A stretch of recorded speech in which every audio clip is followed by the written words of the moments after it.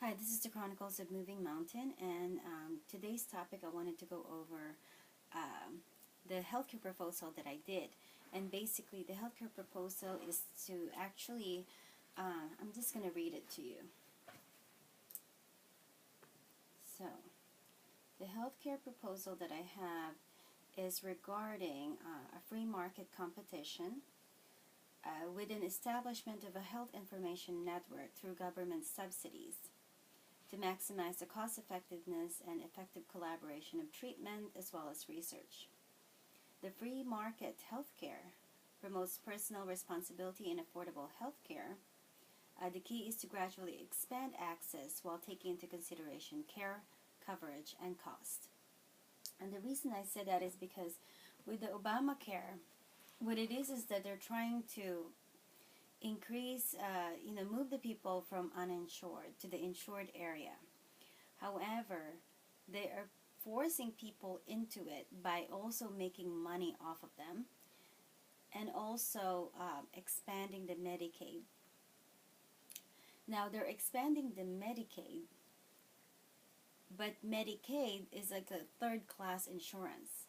So if you have a third class insurance and you are putting people into it, then you have the people that are working and they get, penalized for not getting an insurance, and then you also penalize the people who are employing the that are employers.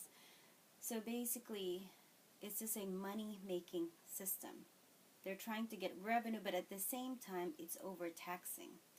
So it's overtaxing the people, but they're trying to come up with some revenue from.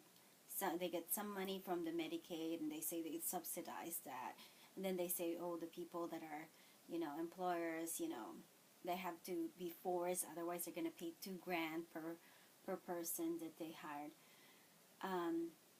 So I don't think it's making any sense. So the proposal that I have, the free market competition, and I've looked at the stuff, and there was a surgeon in Dr. Keith Smith, and he is a surgeon off of Oregon. And what he did is that he posted his prices for all the stuff. And that's what we actually do need. And by not posting the prices, what the hospitals are doing is that they will say, oh, well, we don't have any profit. We are not for profit. We're not for profit. So here they are. A person has a great insurance. Oh, they put extra. They charge them higher. The person is on Medicaid. They have to charge them lower. Half the time they're only going to get a third of what they ask for, and so that's the reason why they keep putting their price, tagging it, because the insurance is probably not going to pay for it anyway. So if the insurance will only pay for a third of the price that the doctors and hospitals provide, then that's the reason why they're always lying about the pricing.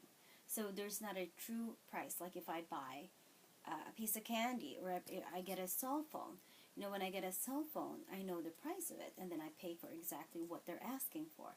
So I'm happy if I think it's a good deal, and they're happy. They got their money. So it's sort of like it's like this whole price range, and also within one place you have one that's charging over $50,000 for the knee replacement. Then another hospital will only charge $15,000. And then there are, in this hospital, they're only charging like $5,000 or $8,000. So really what is bringing the cost up is the third-party payer not always paying what they're supposed to pay. Then you've got the people who are the professionals in the hospitals wanting to get as much as they can, so they'll increase the price because they know they're not going to get the price that they asked for. And then the third-party insurance is setting their price. So if it's not getting paid, it will fall on the consumer. So the patient who walks in and needs a surgery will have to pay a lot of extras because so-and-so didn't pay for it. So it's a big mumbo-jumbo. And so with the free market competition, this is the model that is being used by cosmetic surgeries, LASIK surgeries, and now some surgeons decided they're going to have their own hospital and they're going to have their mark, and it's on a free market competition. And so it's not necessarily, I don't know exactly what insurance they take, but as far as I'm concerned, if I can convince my insurance to pay for this one because it's much lower, I think I'll be happy and the insurance will be happy. So it should be, there should be a price fixed, per procedure that happens. So free market, I think, is the way to go. Now, I researched several countries, and one of the best one that I found is Singapore. And it's not a perfect system, but their gross domestic product that is used for healthcare is only 4%, as opposed to the U.S. about 16 to 17%. So the two-tier insurance, such as implemented in New Zealand, Singapore, and Hong Kong, this is from TrueCost, based on 2013, make up of low premium for young working class or young invincibles, for critical and preventative care, through medical savings account, or government-based health insurance. So this is where it's more subsidized by the government, especially if the person may be working minimum wage but won't be able to pay rent if she pays for healthcare. Then it should be subsidized. And the people that are making, like, let's say $25, they're 7%. So they're still young, they're probably not going to go to the hospital much. Whether it's medical savings account, which works as an IRA, or whether it's a government-based, a little bit more government-based because this person need a wellness card but she can't afford it. So within that workforce, if they can't afford, then they can try to apply for the government one.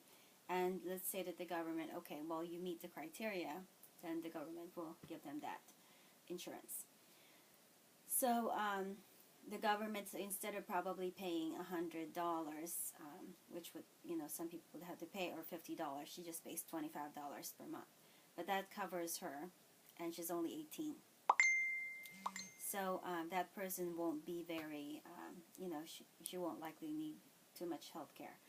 Now, let's say that this woman is now, she got, married, and their income is still not so great, but they have a baby.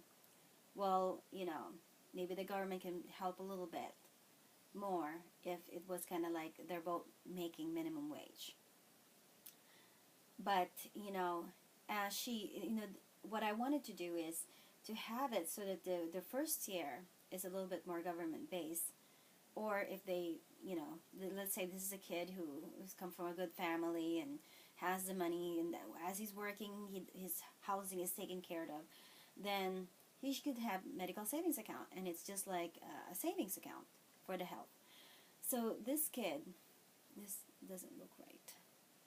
So this kid, in essence, can have that money growing for him, and he won't use it for probably 2 to 3. Boys, they don't need to go to the doctor, fine. But let's say they need dental care. Oh, and appendicitis. Then there is a coverage within that MSA, or within where it's sort of like for critical care. So let's say the person is married and has kids, and she makes $30 an hour. So she can either get a medical savings account, or she can go for the employer base, because that employer has a lot of people, and so that is called a group insurance from the employer, and she can afford to pay for that. So that would be, that would be a better supplement for her. But it's gonna move from the first tier to the second tier, or it will be supplemented. So if the person started with the MSA, then they can just increase their MSA when they get a better job. Or they can just say, okay, I wanted to save this much money for my medical. Now, let's say that the person is, let's say, getting older, then they will have to pay a little bit more. They're going to get a supplemental. They'll call it, a MediSave, MediFund, whatever they want. So there's going to be, the first year is just going to be a cheaper preventative, but it will cover critical care for young people. And then as they get older, they have family, then they can get supplemental insurances, and that's the second tier. Then both the first year, once the person is working, every one of us anyway on the payroll will get our money taken out, and that goes to Medicaid um, and Medicare. Medicare is for elderly. The problem I have with the Medicare and the Medicaid is that we cannot move it out with a free market competition. I don't think that it's fair for the people that has put money in it. So it needs to be gradually transitioned. It shouldn't be forced out. It should be phased out. And there should be another establishment. It's called the elder care. So this Medicaid people that are been on Medicaid, let them keep paying for the Medicaid, and the young people still need to pay for that. But it needs to transition into an elder care for the Medicare. And the elder care that I'm talking about is very similar to the Medicare. Everybody pays into it. So we pay for ourselves, and we also pay for the elders. So we pay 2 to 3% for the elders. And the plan that I have is to have a no business mandate. But the businesses is charged less for their business tax if they have every one of their employees under the health care.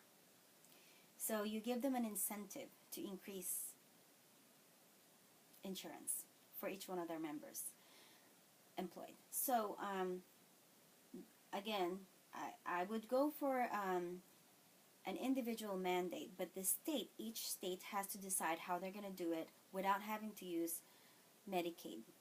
Because if they expand Medicaid and the state is already going into bankruptcy, and they cannot work under a deficit, but the federal can. Well, what the federal is doing right now is that they are paying for 90 to 100% of Medicaid expansion, but they're already hitting 18 trillion debt.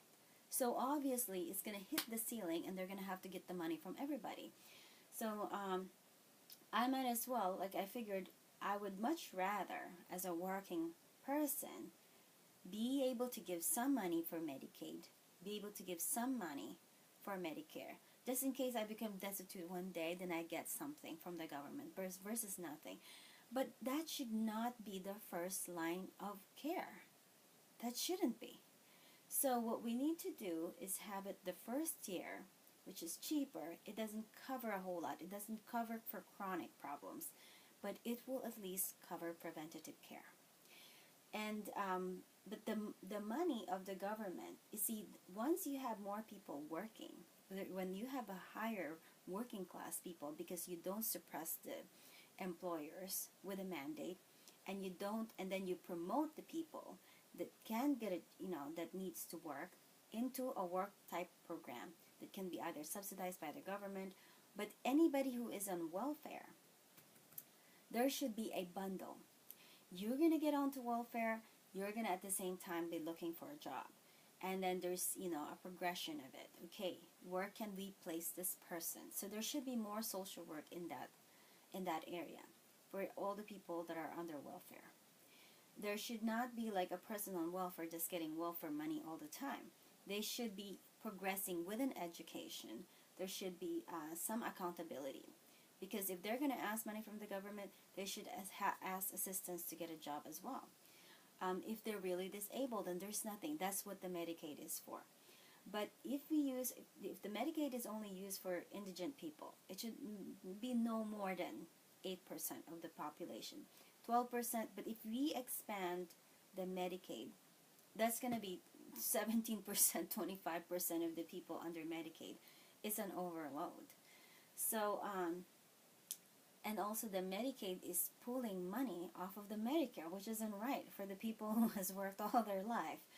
So the reason why I wanted to transition it to the elder care is because the Medicare is actually a preferred insurance over the Medicaid. But if we expand the Medicaid, we're going to make the Medicare smaller. So anyway, I shall continue.